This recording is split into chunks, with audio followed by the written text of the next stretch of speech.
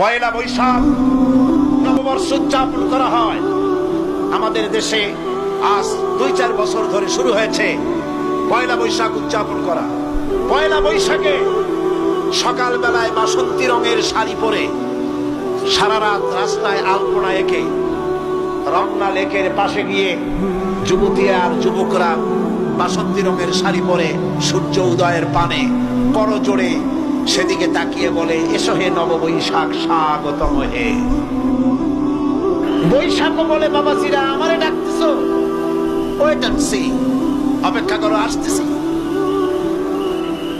যে বৈশাখকে ডাকা হলো স্বাভাবিক বৈশাখ কালবৈশাখী রুদ্র রূপ ধারণ করে 180 মাইল স্পিডে এসে বাড়ি ঘর কল কারখানা ভাঙ্গা জনমের মতো স্বাগতম হে